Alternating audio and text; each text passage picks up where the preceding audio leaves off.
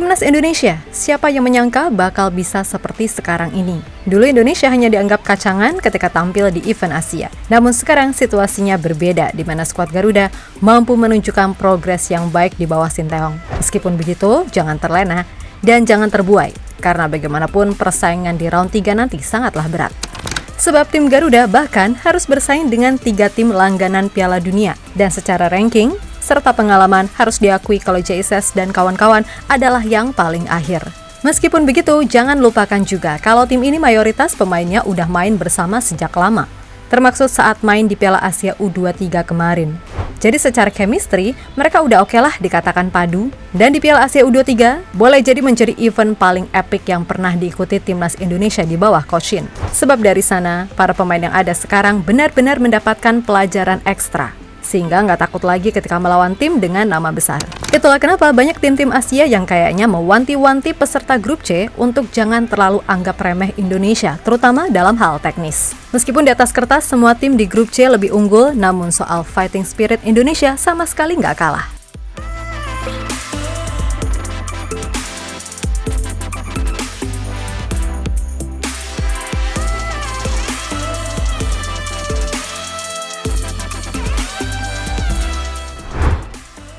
Setiap laga di grup C babak ketiga kualifikasi Piala Dunia 2026 zona Asia bisa dipastikan akan berlangsung sangat sulit bagi Indonesia.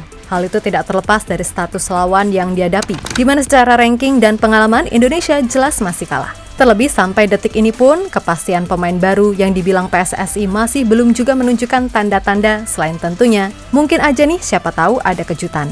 Tapi perlu diingat juga, kalau tim yang sekarang ada pun bagaimanapun gak bisa dianggap sepele begitu aja. Seperti yang pernah dikatakan Nathan dalam wawancaranya bersama FIFA.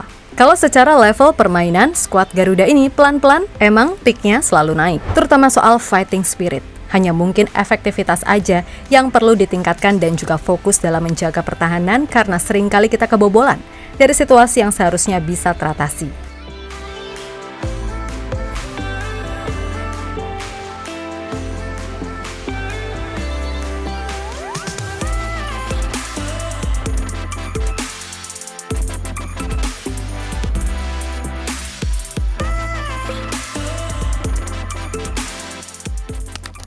Nah, ngomongin soal pemetaan kekuatan di grup C, mungkin sebagian besar orang udah tahu kalau Jepang adalah yang paling difavoritkan.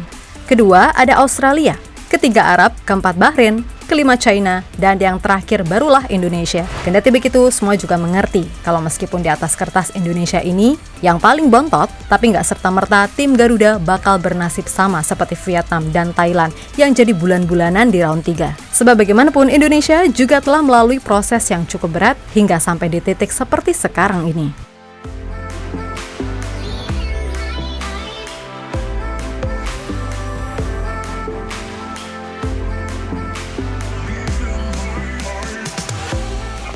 Yap, untuk sekarang ini, tim-tim Asia mungkin mulai memberikan peringatan kepada semua tim di grup C soal mentalitas pemain Indonesia yang benar-benar susah banget buat menyerah. Jordania misalnya. Meskipun ketika itu levelnya Piala Asia U23, tapi jangan lupa kalau sebagian besar pemain yang ada adalah mereka yang main di level senior. Dan posisinya ketika itu, Indonesia sedang dalam tekanan hebat karena harus menang agar bisa memastikan lolos 8 besar. Nah, secara luar biasa Indonesia mampu main dengan sangat bagus untuk kemudian menang 4-1. Lalu ketika melawan Korea, disinilah bukti jika mental pemain Indonesia beneran luar biasa. Sebab Korea benar-benar dibuat frustasi sampai ada 2 kartu merah. Lalu sepanjang 120 menit, pemain Indonesia bahkan masih kuat untuk terus berlari dan fight mengimbangi stamina pemain Korea yang terkenal sangat tangguh. Dan di adu penalti, sempat terguncang oleh penalti Hubner yang diulang. Lalu Arkan Fikri yang gagal di momen krusial. Indonesia pada akhirnya mampu membalikkan keadaan dan berhasil menang untuk lolos ke semifinal. Itulah sebuah bukti kalau secara mental dan fighting spirit Indonesia udah layak bersaing di level atas Asia.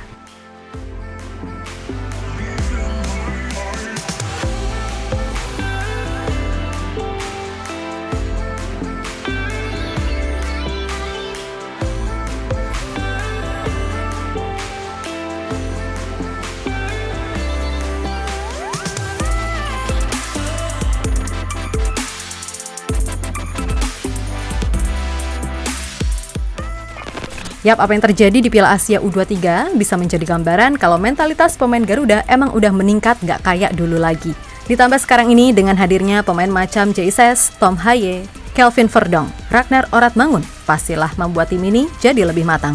Apalagi secara umum, tim ini udah dibentuk lama oleh Coach Shin. Sehingga secara chemistry dan harmonisasi, tim Garuda bisa dikatakan solid!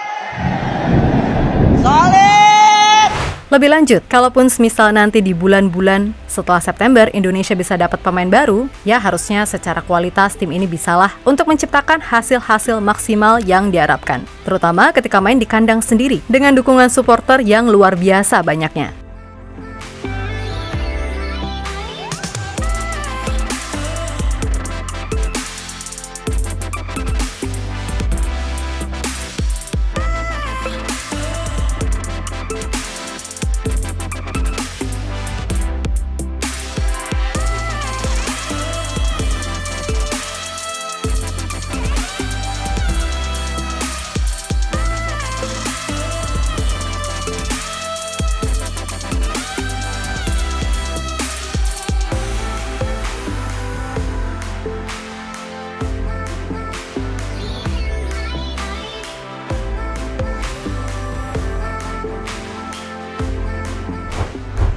Sementara itu, melihat performa serta progres Indonesia yang benar-benar mengejutkan, membuat Presiden AFC, Sheikh Salman bin Ibrahim Al Khalifa, secara khusus kembali memberikan pujiannya. Menurutnya, Indonesia bisa menjadi contoh bagi negara lain di Asia soal gimana mengembangkan pemain muda, di mana hal itu terbukti dengan mayoritas pemain timnas U23 Indonesia yang kini juga menjadi tulang punggung di timnas senior. Dan tentu saja, itu adalah langkah yang sangat positif untuk menciptakan sebuah tim nasional yang siap bersaing di masa depan. Hanya sedikit tempat di dunia yang mempunyai gairah yang begitu besar terhadap olahraga indah ini selain Indonesia. Kami yakin PSSI dan pemerintah Indonesia akan memberikan panggung yang sangat baik bagi para bintang sepak bola di masa depan untuk tampil bersinar. Sheikh Salman bin Ibrahim Al Khalifa, dikutip dari situs AFC. Di sisi lain, melihat sikon yang ada di depan nanti, pelatih timnas senior Australia, Graham Arnold, menilai jika laga melawan Indonesia pastinya nggak akan sama ketika mereka menang 4-0 di Piala Asia. Sebab selain pastinya pengalaman mereka bertambah, secara kualitas dan kedalaman skuad Indonesia bisa dibilang jauh lebih bagus. Dan Graham Arnold pun sungguh kagum sehingga tak ragu memuji PSSI dan Sinteyong sebagai pelatih yang benar-benar luar biasa dalam menjaga serta mengembangkan pemain muda. Lalu soal gambaran pertandingan yang ada, ia menilai kalau timnas Indonesia yang sekarang sangat siap untuk bermain secara fisik. Dan hal itu tergambar jelas ketika para pemain Garuda mampu meladeni pemain Korea yang semua tahu kalau soal fisik dan stamina gila-gilaan. Lalu ditambah pemain-pemain baru dari Eropa yang pastinya secara fisik dirasa jauh lebih mumpuni. Kredit untuk Indonesia, saya rasa mereka akan membuat pertandingan menjadi alot. Sepak bola Asia berkembang pesat, kami sudah menduga hal itu. Itulah yang kami katakan kepada para pemain ketika kami bertarung melawan mereka. Bersiap-siaplah bertarung, bersiaplah untuk duel fisik. Karena itu yang dibawa Indonesia, ucap Arnold dikutip dari Reuters.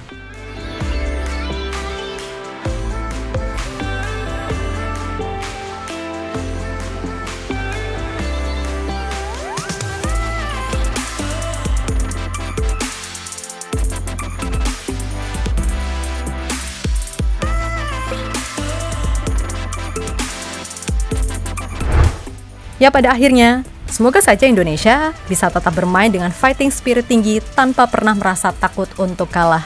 Karena sekali lagi, tensi di round 3 pasti beda dan pressure-nya lebih berat. Tapi ya tadi, untungnya sebagian besar pemain yang ada adalah mereka yang udah punya pengalaman di level senior dan U23. Ditambah adanya pemain-pemain berpengalaman lain dari Eropa, membuat Indonesia harusnya nggak mudah merasa minder, grogi, atau apapun itu.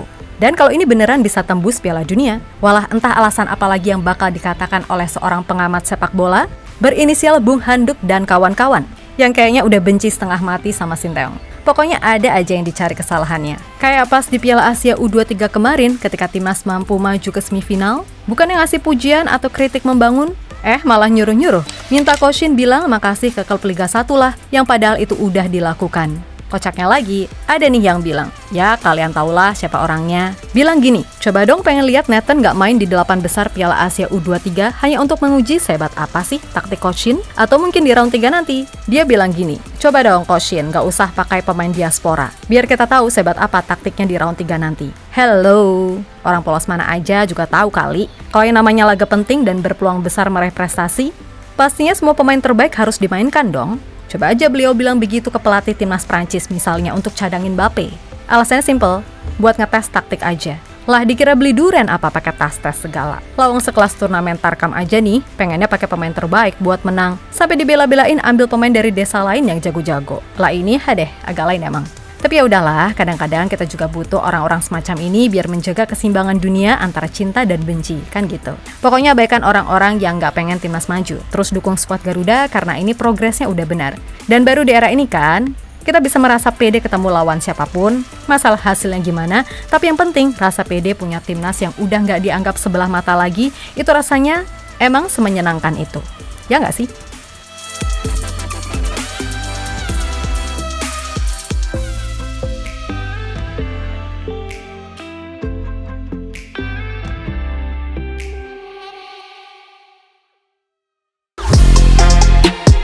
Halo, izin iklan sebentar ya guys. Jadikan ruangmu bernuansa timnas. Temukan beragam poster dinding, sepak bola dan timnas dengan desain menawan, kualitas premium dan harga yang tidak akan menguras kantong. Segera klik link Shopee di deskripsi video ini dan dukung timnas dengan sepenuh hati. Mulai dari dinding rumahmu.